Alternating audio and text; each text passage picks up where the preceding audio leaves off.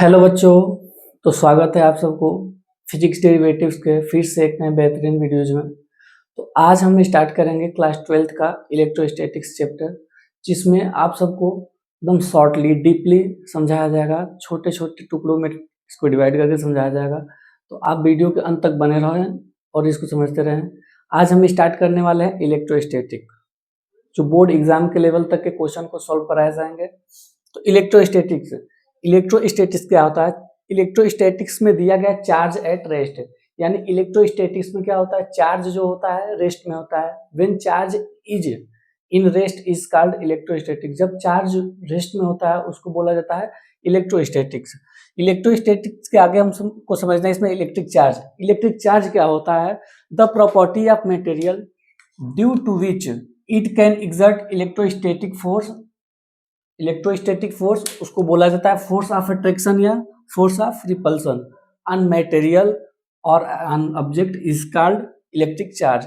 यानी किसी भी मटेरियल में इलेक्ट्रोस्टैटिक फोर्स को, किसी भी मटेरियल पे अगर इलेक्ट्रोस्टैटिक फोर्स अप्लाई कर रहा है उसको बोला जाता है electric charge.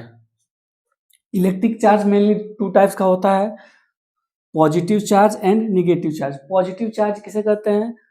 Deficit of electron is positive charge, यानी जिसमें इलेक्ट्रॉन की कमी होती है या जिस पे इलेक्ट्रॉन की कमी होती है उन्हें बोला जाता है पॉजिटिव चार्ज। निगेटिव चार्ज क्या होता है? Excess of electron is negative charge, यानी जिसमें से इलेक्ट्रॉन निकलता है उसे बोला जाता है निगेटिव चार्ज। तो फिर इसके आगे हम समझेंगे इसका यूनिट क्या होता है। तो आइए देखते हैं।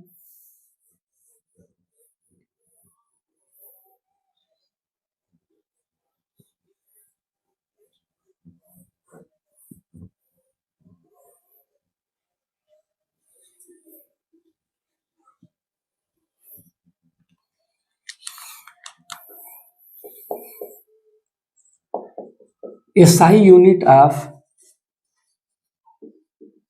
electric charge is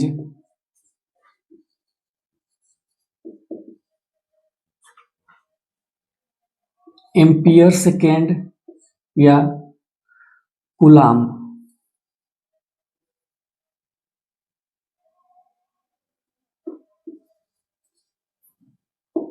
इसका जो एसआई यूनिट होता है इलेक्ट्रिक चार्ज का वो होता है एम्पियर सेकेंड या उसी को बोला जाता है कूलाम। अब एम्पियर सेकेंड कैसे आता है?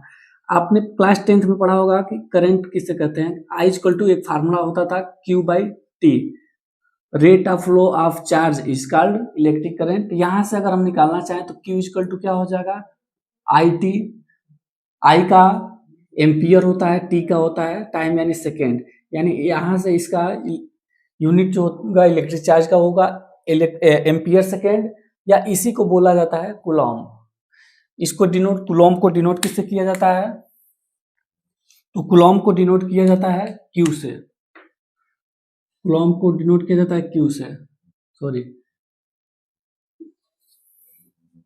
आया समझ में? इसका जो सीजीएस यूनिट होता है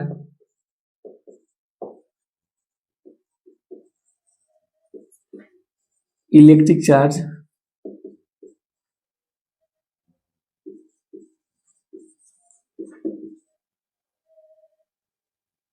ये होता है, अब इसके दो होते हैं, एक होता है इसका स्टेट कूलॉम,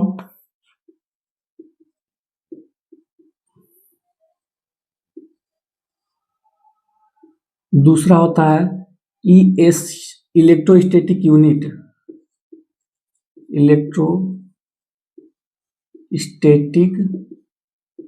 यूनिट। इसको ESU से डिनोट किया जाता है।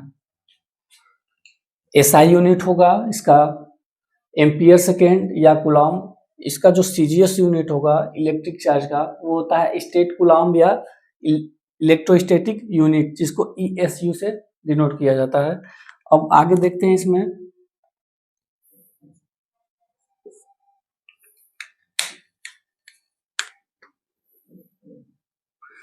चार्ज ऑफ इलेक्ट्रॉन, यानी इलेक्ट्रॉन पे चार्ज कितना होता है? तो होता है -1.6 × 10⁻⁹ कूलॉम।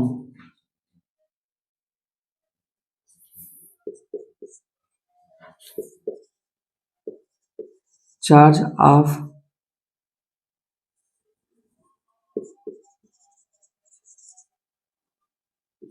प्रोटॉन, ये होता है 1.6 इंटू 10⁻⁻19 कूलॉम। अब होता है charge on neutron, charge of neutron. तो न्यूट्रॉन का चार्ज जो होता है वो 0 होता है, क्योंकि इलेक्ट्रॉन जो होता है माइनस में होता है, प्रोटॉन जो होता है प्लस में होता है, दोनों एक दूसरे को कट करेंगे, उसका चार्ज हो जाएगा 0। तो ये समझ में आया, चार्ज ऑफ इलेक्ट्रॉन होता है -1.6 into 10⁻⁻19 coulomb, charge of proton होता है 1.6 into 10⁻⁻19 coulomb, charge of neutron जो होता है वो होता है 0। फिर आगे बढ़ते हैं इसमें हम।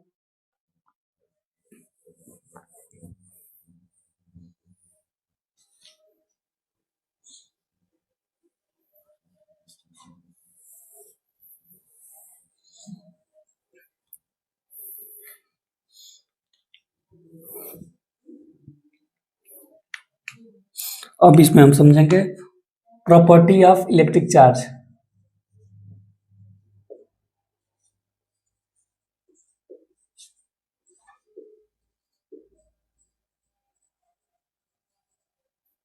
इलेक्ट्रिक चार्ज की प्रॉपर्टी क्या होती है, तो इसमें इसकी 3 प्रॉपर्टी हमको पढ़ना है। पहला इसका प्रॉपर्टी होता है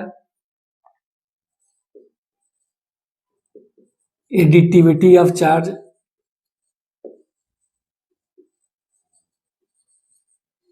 दूसरा होता है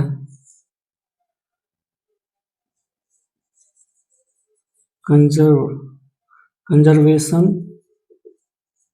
ऑफ चार्ज, तीसरा इसकी प्रॉपर्टी होता है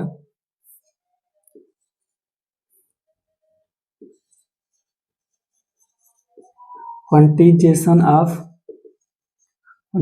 ऑफ चार्ज। अब इन तीनों को हम लोग समझेंगे। एडिटिविटी ऑफ चार्ज क्या होता है, एडिटिविटी से हमको समझ में आता है, एडिटिविटी मतलब एडिशन, यानी चार्ज का जो जितने भी चार्ज आएंगे उन चार्ज को हम क्या कर सकते हैं, ऐड कर सकते हैं। जैसे हमारे पास चार्ज दिया हो -3 coulomb, 4 coulomb, -4 coulomb, 6 coulomb, 7 coulomb, 8 coulomb, -8 coulomb, इतने हमारे पास चार्ज हैं। हमारे पास चार्ज जो है 7 चार्ज दिए गए हैं, 1 2 3 4 5 6 7, हमारे पास 7 चार्ज हैं। अब अगर इसका एडिशन करना चाहें तो हम इसका अलजेब्रिक एडिशन कर सकते हैं, उसे ही बोला जाता है एडिटिविटी ऑफ चार्ज। इसकी जो पहली प्रॉपर्टी होती है कि जितने भी इसमें चार्ज होंगे चाहे इनफाइनाइट हो, सभी को ऐड कर दिया जा सकता है। अब इसको ऐड करेंगे तो हमारा क्या होगा, -3 + 4 -4 + 6 + 7 + 8 -8। इसको अगर हम सॉल्व करते हैं तो कितना निकल के आएगा, 6 - 3 3 7 10, इसका जो होगा 10 कूलम, यानी इसका जो टोटल चार्ज आएगा वो कितना होगा, 10 कूलम। एडिटिविटी ऑफ चार्ज में होता है कि सभी जितने भी चार्ज आएंगे सबको ऐड कर दिया जा सकता है, सबका अलजेब्रिक एडिशन ही वो होता है एडिटिविटी ऑफ चार्ज। फिर आगे समझेंगे conservation of charge. Conservation of charge क्या होता है, तो आप लोगों ने 9th में पढ़ा होगा कंजर्वेशन ऑफ मास, ये कंजर्वेशन ऑफ एनर्जी, जिसमें होता था mass neither can be created not destroyed, यानी मास को न तो हम लोग क्रिएट कर सकते हैं और न ही डिस्ट्रॉय कर सकते हैं। वैसे ही सेम इसमें भी है कंजर्वेशन ऑफ चार्ज। चार्ज जो होता है एक कंजर्व रहता है, यानी चार्ज को न तो हम लोग डिस्ट्रॉय कर सकते हैं, न खुद से बना सकते हैं, न उसको खत्म कर सकते हैं। केवल एक मीडियम से दूसरे मीडियम में इसको हम क्या कर सकते हैं, कन्वर्ट किया जा सकता है, वो होता है कंजर्वेशन ऑफ चार्ज। तो charge can neither be created nor destroyed, it can only transfer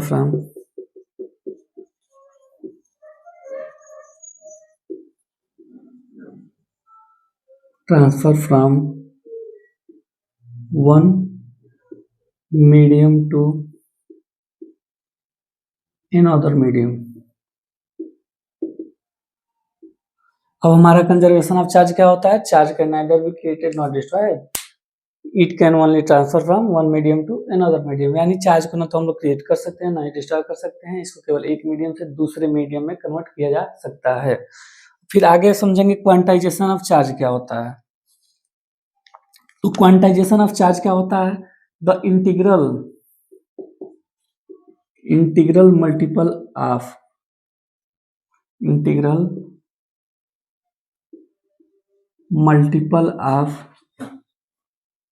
electron is termed as quantization of charge।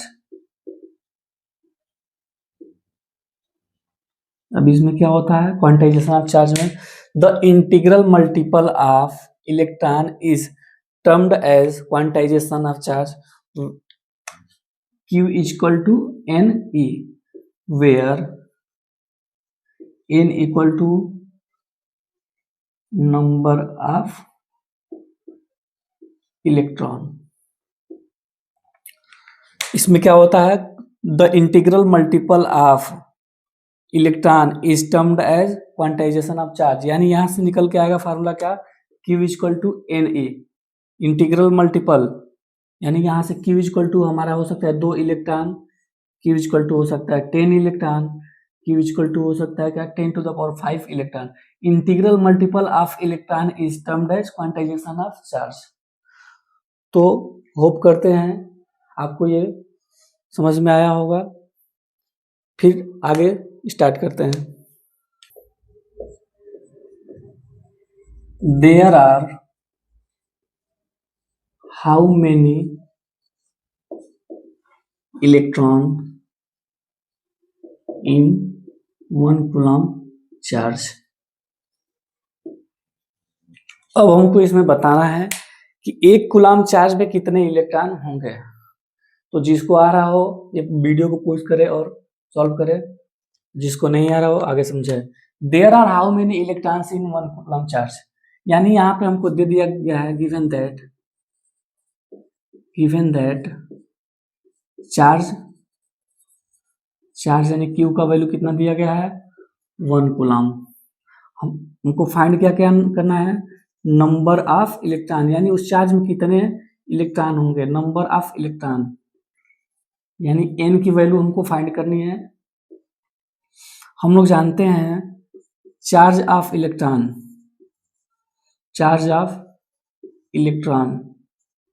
क्या होता है? E की वैल्यू कितनी होती है? तो ये होता है 1.6 into 10 to the power minus 19 coulomb. तो फिर आगे हम सॉल्व करेंगे इसमें। अभी पता है क्वांटाइजेशन ऑफ चार्ज क्या होता है? क्वांटाइजेशन ऑफ चार्ज में होता है Q equal to NE।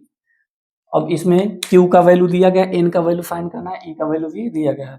Q का वैल्यू कितना है हमारा 1, N का वैल्यू फाइंड करना है, E का वैल्यू कितना है 1.6 into 10 to the power minus 19 coulomb.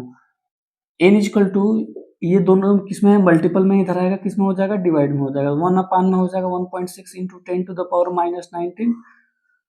N equal to, अब ये माइनस में है, ऊपर जाएगा किसमें हो जाएगा? प्लस, यानी 1 इंटू इसका पावर जो होगा प्लस में हो जाएगा, अपान में 1.6। अब अगर इसको हम लिखना चाहे तो क्या लिख सकते हैं? इसको डेसिमल को हटाने के लिए यहाँ पे हम 10 कर देंगे, 10 अपान में 16 इंटू ये हो जाएगा 10 टू द पावर 19। अब अगर इसको हम फिर से लिखना चाहें तो n इक्वल टू क्या हो जाएगा 10 इंटू, यहाँ पे एक 10 निकालेंगे, 10 इंटू 10 टू द पावर ये हो जाएगा 18। 19 था, इसमें से एक इलेक्ट्रॉन निकाले हैं और एक पावर निकाले, 18 और 1 हो जाएगा फिर से 19, यानी इसको ऐसे लिख के अपान में ये हो जाएगा 16। इसका जब इसमें हम डिवाइड करेंगे 100 हो जाएगा, 100 इंटू 10 टू द पावर 18 अपान में हो जाएगा ये 16। n इक्वल टू 16 से डिवाइड करेंगे इसमें तो 16 से कितनी बार जाएगा? 6 बार जाएगा। इसका आएगा 6.25, यानी यहाँ पे n की जो वैल्यू आएगी n इक्वल टू हो जाएगा 6.25 into 10 to the power 18 electrons. यानी 1 कूलम चार्ज में कितने इलेक्ट्रॉन होंगे? 6.25 × 10 की पावर 18 इलेक्ट्रॉन होंगे।